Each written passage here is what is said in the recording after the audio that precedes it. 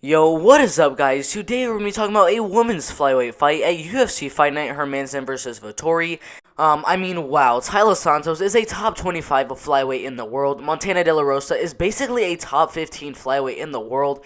So very top tier women's flyweights here. Taila Santos is currently ranked 22nd at women's flyweight worldwide. Montana De La Rosa is the 16th best women's flyweight in the world. Taila Santos is the favorite to win this fight. She's currently sitting at minus 215. Montana De La Rosa is sitting at plus 175 as the slight underdog. So a little bit of a betting odd advantage there for Taila Santos. If you look at the ages of both fighters, it's pretty similar. Taila Santos is 27 and a half years old. Montana De La Rosa, 25 and a half years old. And they both have the same amount of experience. Taila Santos, 16 and 1. She has 17 pro MMA bouts. Montana De La Rosa, 11 and 6. Also has 17 pro MMA bouts. Obviously, Taila Santos' fights have mostly gone her way. Montana De La Rosa, a little bit of an up and down career so far, but still a very, very good career in this women's flyweight division. Taila Santos is 5'6" tall, a little advantage for Montana De La Rosa in this fight, as she is currently 5'7" tall, and they both have the same reach at 68 inches. Alright, so as I said at the beginning of this video, Taila Santos is the minus 215 favorite, Montana De La Rosa the plus 175 underdog, and if you look at those Tapology predictions, out of 418 votes, which is a pretty good sample size I have to say, 84% of the votes are actually going for Taila Santos to win this fight. She is a heavy favorite on those Tapology predictions, and most of the people saying she's going to win the fight say she's going to win the fight by unanimous decision. Some people think she's going to win the fight by submission, and a few people actually think she's going to win the fight by knockout. She does have some okay power in those hands. 16% of the vote are saying Montana De La Rosa is going to win this fight, and mainly by unanimous decision, but some people are saying that she's going to use those submission skills of hers to get a submission in this fight. Alright, so if you look at Taila Santos' record, 16 and 1. That is an absolutely amazing record, especially for this women's flyweight division. If you look at the people that are ranked above her, that have similar records to her, the only people that I think have a similar record to her are Antonina Shevchenko with only 2 losses, to Caitlin Chukagian and Roxanne Modafferi. Then we have Vivian Arau with her only loss coming to Jessica Ai.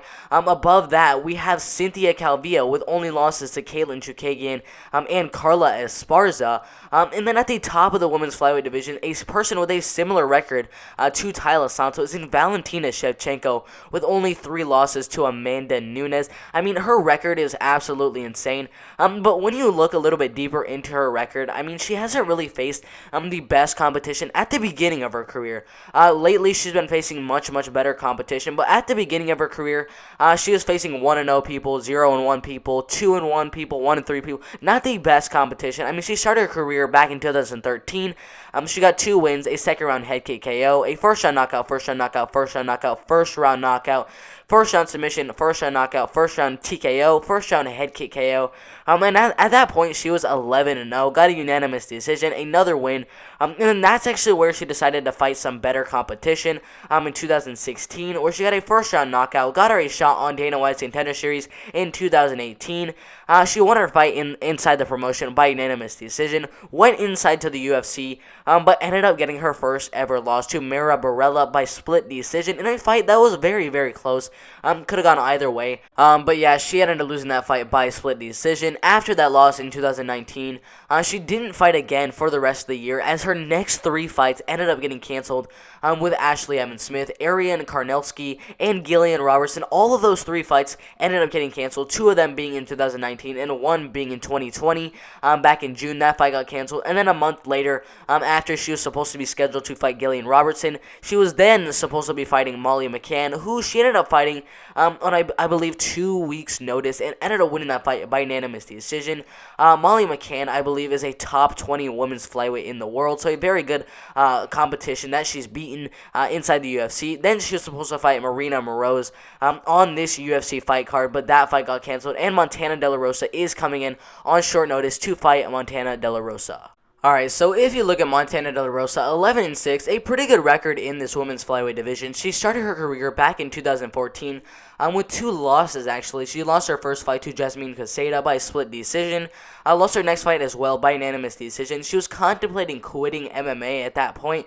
after 2 losses in a row, but she decided to stick through it and got a win after that. In a second round armbar, another win, a unanimous decision, another unanimous decision, got a shot inside of Legacy FC, where she ended up fighting very, very good competition in Mackenzie Dern and Cynthia Calvillo. But obviously, those two women are very, very good fighters in the UFC right now, and she ended up losing to both of them by first round rear naked choke omoplata and a third round knockout. After those 2 losses, she did come back with a third-round submission win over Katina Lowe, which got her a shot on the Ultimate Fighter Season 26, where in her first fight, which was an exhibition bout against Ariel Beck, she ended up winning that one by first-round Darce choke submission. Lost her next fight, also was an exhibition bout against Nico Montano by unanimous decision, and still got a shot on the Ultimate Fighter 26 finale, where she ended up fighting Christina Marks, who she ended up beating by first-round armbar.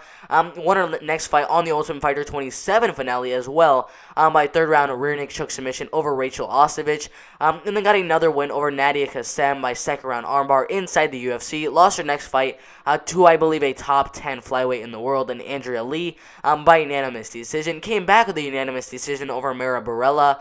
Was supposed to fight Marina Moroz. That fight ended up getting canceled. Ended up fighting Vivian Arau instead, and lost that fight by unanimous decision, and looks to come back with a nice win here against Taila Santos. Alright, so how do I think this fight is going to play out? Taila Santos obviously showed us in her last fight that she has very, very good striking. I mean, she absolutely dominated Molly McCann on the feet, did not let her get to the ground at all, kept the fight on the feet for 3 straight rounds, and absolutely dominated to get a unanimous decision. Before that, she did get her first loss to Mara Barella by split decision. That was about a year and 9 months ago. I believe she looks much better than that very, very close split decision loss to Mara Barella. I mean, she looks so good against that fight against Molly McCann. Montana De La Rosa, a little bit of an up-and-down career inside the UFC. Started with a armbar submission over Nadia Kassem. Lost her next fight to Andrea Lee. And then got a nice win over Mara Barella, who's the only person to defeat Taila Santos. But I don't think she's going to get a second loss here. I believe she's going to improve to 17-1. I believe she's going to keep this fight on the feet. Don't let Montana De La Rosa get her back on the ground. And I think she'll definitely dominate this fight on the feet to achieve a unanimous decision. Alright guys, if you agree with my prediction or disagree with my prediction, I don't really care. Put in the comment section below who you guys think is going to win this fight. Is it going to be Taila Santos coming off of a very, very good win over Molly McCann? Or is it going to be Montana De La Rosa coming off of a very unfortunate loss to Vivian Arau? Who's it going to be, guys? Put in the comment section below who you guys think is going to win this fight, how you guys think they're going to win this fight. Any ideas for future videos, also put that in the comment section below. Make sure to hit that like button. It helps with the YouTube algorithm a whole lot. Also, hit that subscribe button if you don't want to miss the absolute best MMA content out there. It's been fun, but I'm out of here. Let's go!